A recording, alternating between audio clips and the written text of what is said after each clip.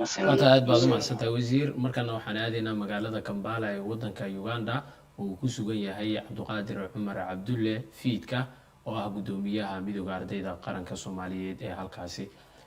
Cabduqaadir,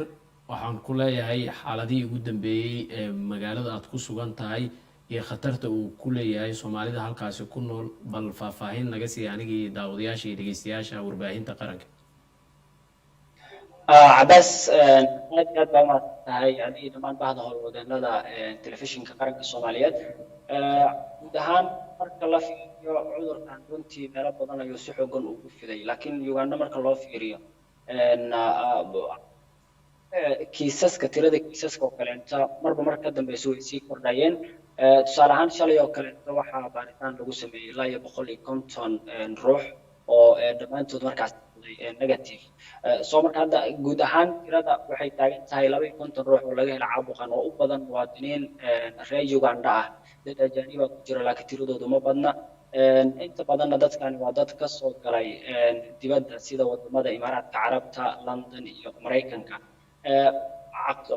caqabadaha markaas ugu badan dhacay ama waxa kamid ahaa in dadkii markay yimaadeen ay goboladii dalka ay ka deganayeen inay u sii safreen oo ay sidaasi markaas cudurkii dad kale oo gobolada dawladdu ay ka soo qabatay laga helay marka Abbas guud ahaan marka loo fiiriyo wadanka cabsi badan ayaa jirta oo in cudurkii magaalada uu ku jira ah dhanka Soomaalida marka loo fiiriyana shalay ayaa igu dambeysay oo aan martagay xaafadda inta badan Soomaalida halkaan Kampala ay ka degan oo lagu magacaabo Kisenyi waxaad moodaa nolosha in sidii caadiga ahayd xilligii hore ay loo kala adeeganayo la isku salaamayo marka loo fiiriyo xagga bulshada Soomaaliyeed halkan ku dhaqan inay si caadi ah markaasi oo laga dareemaynin taxadar badan oo ku saabsan fayraskan runtii dhibaatada badan dunida ku haya marka kaliya waxaad moodaa in Soomaali ahaanteena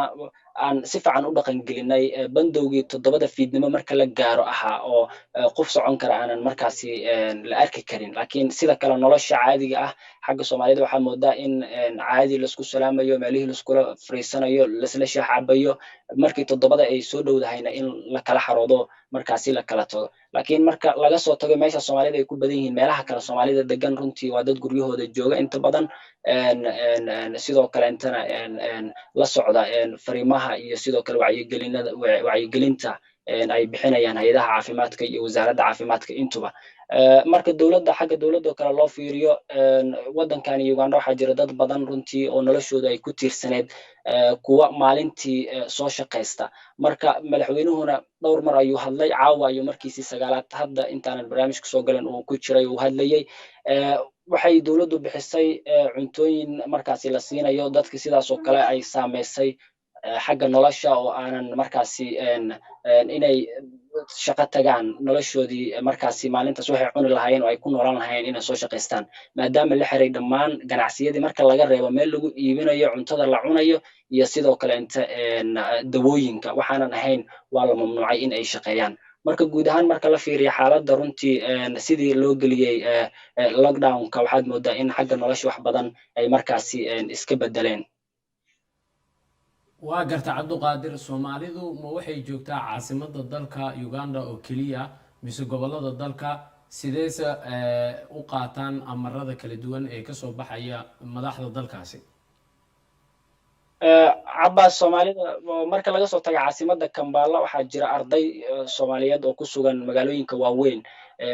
gobolada dalkan sida Mbarara iyo Mbale oo runtii aan iska warhayno ardaydu ay joogaan runtii waa dad inta badan degan jaamacadaha hostelo ku dhex yaala jaamacadaha ay dhigtaan iyo banaankaba way degan yihiin marka wax hadda problema ama saameyn weyn oo ardaydaasi ay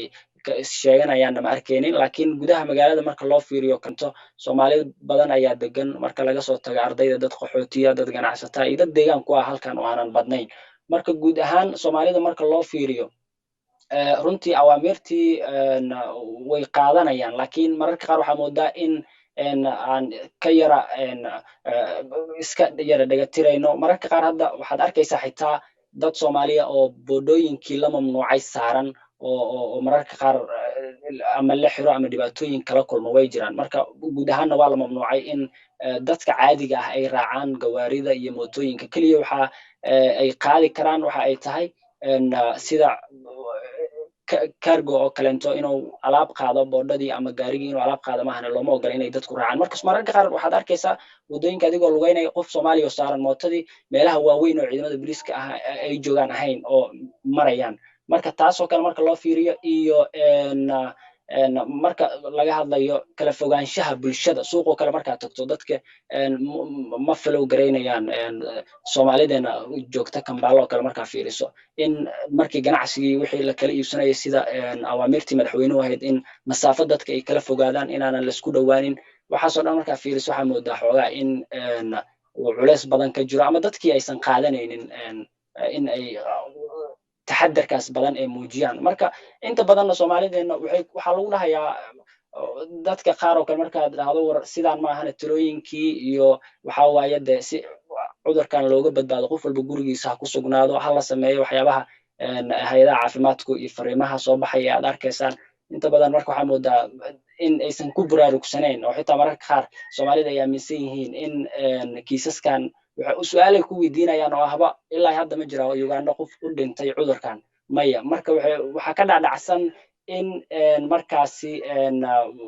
sax ahaanshahaas ama dowladda sidoo laga yaabo sida wararka qaar oo kale inta mararka qaar dadka isla dhaxyaacayaan kiisaskaas faraha badan ma jiraan dowladda lacag ku raasanaysa wax saasa weli Soomaalideena ka dhacdhacsan marka loo fiiriyo taxadarku xaqiiqadii ma badna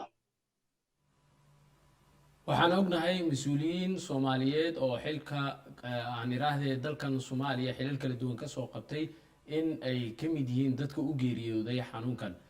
inagoo og doorka safaaradda Soomaaliyeed ee Kampala ay ka qayb qaadanayso wacyigelinta bulshada halkaasi ku dhaqan maxay kula tahay caqabada ay u qaadan la'yihiin ama wacyigelintaasi ay wado safaaradda sida ay ula falgeli la'yihiin maxay tahay caqabada hortaagan ayaad is leedahay Cabbaas runtii sax waaye wacyigelintu ma yara marka loo fiiriyo hadda inta badan waxaynu nahay dad isticmaala baraha bulshada marka laga soo tago wacyigelinta ka socota gudaha Uganda tan ay bixinayso dowladda tan ay bixinayso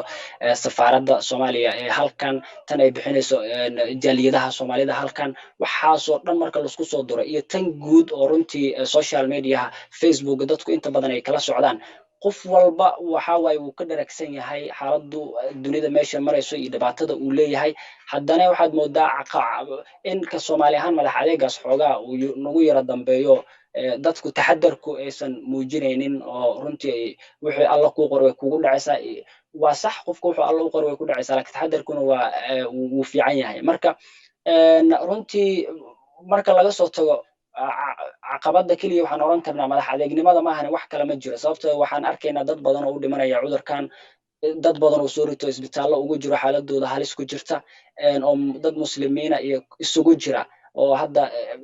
haddii markii cudurku soo bilaabanaya inta badan aynu dhihi jirnay waa dhibaato weyn oo socota oo anagu boqolkiiba boqol dad muslimiin aynu nahay haddii aynu Soomaali nahay nagu dhaci maayo haddii waa la kala soo tago dad badan oo Soomaaliya u dhintay baa jira waxaan waa virus fidaya marka runtii marka laga soo tago madax adeegnimada Soomaalida ma ahan caqabado kale oo hadda ama in wacyigelintu ay dadku ku yar tahay ma jirto marka waxaad moodaa in wax guud oo Soomaalideena xaggaas madax adeega ka wada simanahay marka laga soo tago in laakiin aan aad iyo aad ugu warhayno waxyaabaha socda iyo waxa dhacayo qof walba waxa waaye uu ka warhayaa waxa soconaya marka kollaytu waxay ila tahay in bulshada Soomaaliyeed ay ku buraarugaan xaaladda iyo dhibaatada markaasi uu leeyahay caabuqan COVID-19 oo runtii guryaha lagu nogaado oo qofka hadduu guriga ku caajiso kale gurigiisa exercise ku sameeyo jimicsi ku sameeyo marka Cabbaas guud ahaan hadda xaaladda COVID-19 ee dalka Uganda 14 maalin ee madaxweynuhu lockdownku dalku geliyay kala bar way kasii gooshto waxa dhiman waa 5 maalin waana laga yaabaa marka waxa laga yaabaa in lagu sii siyaadiyo maadaama cudurku uu sii fidayo oo dad gudaha dalka ku sugnaa laga helay oo la kulmay dadkii qurbaha ka yimid ee markaasi viruska laga helay waxaa ku sugan aqoon-yahano Soomaaliyeed magaalada aad joogto ama wadanka aad joogto gabi ahaanba waxaa tahay guddoomiyihii midowga ardayda qaranka soomaaliyeed ee dalkaasi ku magacaaban dowrka idinkaga aadan muxuu yahay mase samayseen waxyaabo wacyigelin ah oo bulshada intooda aqoonta leh aada u faa'iideyn kartaan si ay idinkaga maqlaan cabas aad iyo aad wacyigelintu runtii sidaan hore u sheegayba bulshadu kuma yara oo inta badan dadka Soomaaliyeed ee halkan jooga waa dad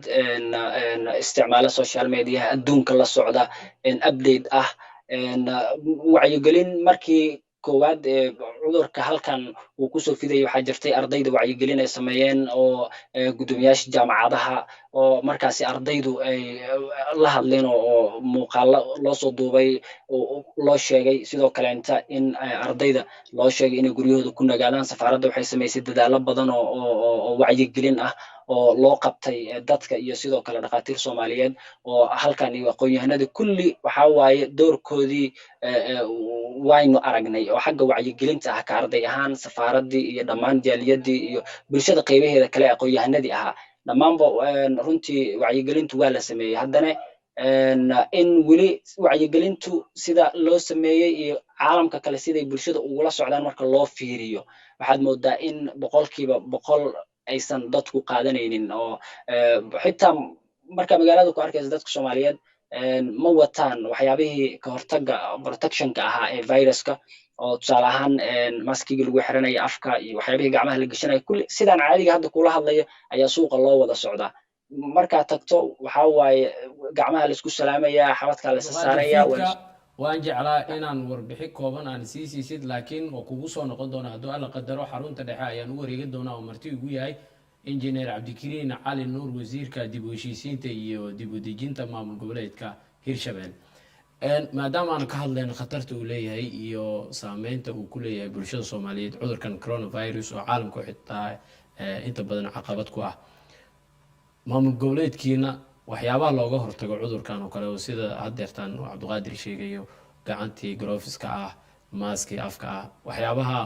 ma ka hirgeliyeen deegaanadii maadaama loo baahan yahay bulshadu si ay uga hortagto cudurkaasi in la geeyo meel walba ay joogto bas aad u maasan tahay horta waxyaabahaas waxay joogaan waa lacag waa qarash Soomaaliyana anagu hadda third world kunaan hadana ka Soomaali ahaan hadana ka federaal ahaan markay noqoto yani waxa u malaysaa weli waxaana gaarin risaalada يعني ما تقدر إن الاستعمال وحبها PP ما تبي